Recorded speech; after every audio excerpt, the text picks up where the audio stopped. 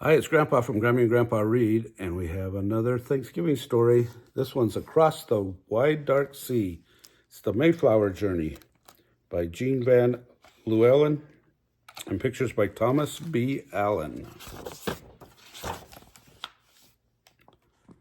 we go. I stood close to my father as the anchor was pulled, dripping from the sea. Above us, white sails rose against a bright blue sky. They fluttered, then filled with wind, our ship began to move. My father was waving to friends on shore. I looked back at their faces growing smaller and smaller, and ahead at the wide dark sea, and I clung to my father's hand. We were off on a journey to an unknown land. The ship was packed tight with people, near 100, my father said. We were crowded below deck in a space so low that my father could barely stand upright, and so cramped that we could scarcely stretch out to sleep. Packed in tight, too, was everything we could need in the new land: tools for building and planting, goods for trading, guns for hunting, food, furniture, clothing, books, a few crates of chickens, 2 dogs, and a striped orange cat. Our family was luckier than most. We had a corner out of the damp and cold. Some had to sleep in the ship's small workboat. The first days were fair with a stiff wind. My mother and brother were seasick down below, but I stood on deck and watched the sailors hauling on ropes, climbing in the rigging, and perched at the very top of the mast, looking out to sea. What a fine life it must be, I thought, to be a sailor. One day, clouds piled up in the sky, birds with black wings circled the ship, and the choppy sea seemed angry. Storm's coming, I heard a sailor say. We were all sent below as the sailors raced to furl the sails. Then the storm broke, wind howled, and waves crashed. The ship shuddered as it rose and fell in seas as high as mountains. Some people were crying, others praying. I huddled next to my father, afraid in the dark. How could a ship so small and helpless ever cross the vast ocean? The sun came out. I walked on deck and dried our clothes. But just as my shoes felt dry, at last, more clouds gathered. Storm's coming, I told my father. So the days passed, each one like the last. There was nothing to do but eat our meals of salt pork, beans, and bread, tidy up our cramped space, and sleep when we could, and try to keep dry. When it was not too stormy, we climbed on deck to stretch our legs. But even then, we had to keep out of the sailors' way. How I longed to run and jump and climb.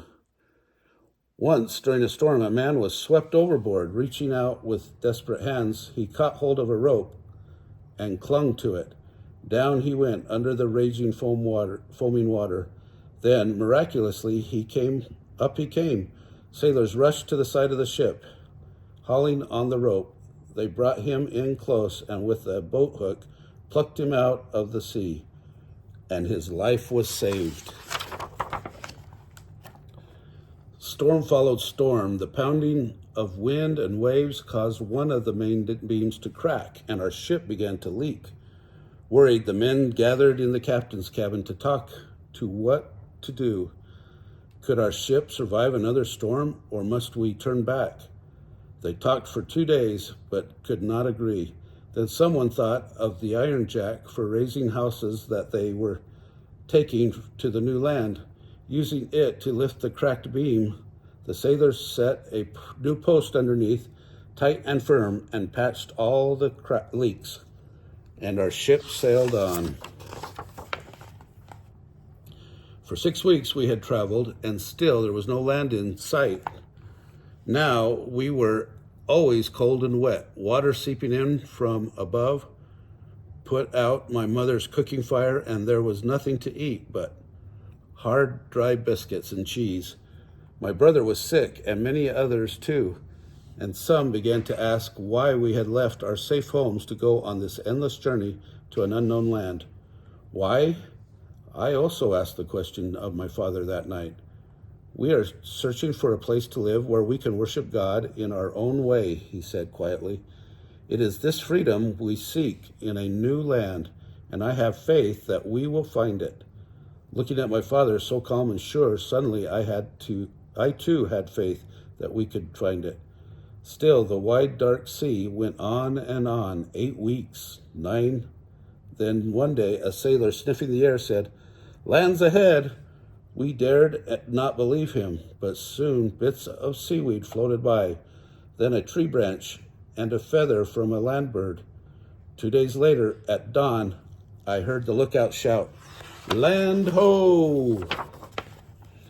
Everyone who was well enough to stand crowded on the deck. And there, through the gray mist, we saw it, a low dark outline between sea and sky. Land. Tears streamed down my mother's face, yet she was smiling. Then everyone fell to their knees while my father said a prayer of thanksgiving. Our long journey was over. The ship dropped anchor in a quiet bay circled by land. Pale yellow sand and dark hunched trees were all we saw, and all we heard was silence. What lurked among those trees? Wild beasts? Wild men? Would there be food and water, a place to take shelter? What waited for us in this new land? A small party of men in a small boat set off to find out. All day I watched on deck for their return.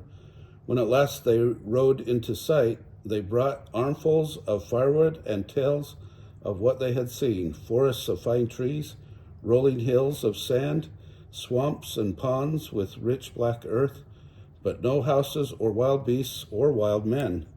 So all of us went ashore. My mother washed the clothes we had worn for weeks beside a shallow pond, while my brother and I raced up and down the beach. We watched whales spouting in the sparkling blue bay and helped search for firewood, and we found clams and mussels, the first fresh food we had tasted in 2 months. I ate so many, I was sick. Day after day, the small party set out from the ship looking for just the right place to build our settlement. The days grew cold. Snowflakes danced in the wind. The cold and damp made many sick again. Drying his coat tightly around him, my father looked worried. "We must find a place," he said, "before winter comes." Our one afternoon, the weary men returned with good news. They had found the right spot at last. When my father saw it, he smiled. It was high on a hill with a safe harbor and fields cleared for planting and brooks running with sweet water. We named it after the town from which we had sailed across the sea. It was December now, icy cold and stormy. The men went ashore to build houses, while the rest of us stayed on board ship. Every fine day they worked, but as the houses of our settlement began to rise, more and more of our people fell sick, and some of them died. It was a long and terrible winter. We had houses now, small and rough, yet the storms and sickness went on, and outside the settlement, Indians lurked, seldom seen but watching us. My father and mother nursed the sick, and my father led prayers for them. But more and more died. Of all the people who had sailed for the new land, only half were left. One morning in March, I was gathering firewood. I heard a strange, sweet sound. Looking up, I saw birds singing in a white birch tree. Could it be that spring had come at last? All that day, the sun shone warm, melting the snow. The sick rose from their beds, and once more the sound of axes and the smell of new split wood filled the air. "We have done it," my father said. "We have survived the winter." But now the Indians came closer. We found their arrows and traces of their old houses. We caught sight of them among the trees. Our men met to talk with this new danger. How could so small a settlement defend itself? Cannons were mounted on top of the hill, and the men took turns standing guard. Then one day an Indian walked into the settlement, speaking to us in our own language. He said, "Welcome." Our Indian friend came back and brought his chief. We all agreed to live in peace, and one of the Indians stayed with us, teaching us where to find fish in the babbling brooks, and how to catch them in traps, and how to plant Indian corn so that next winter we would have enough to eat. My father and I worked side by side, clearing the fields, planting barley and peas and hills of corn. Afterward, I dug a garden next to our house. In it, we planted the seeds we had brought from home, carrots, cabbages, and onions, and my mother's favorite herbs, parsley, sage, chamomile, and mint.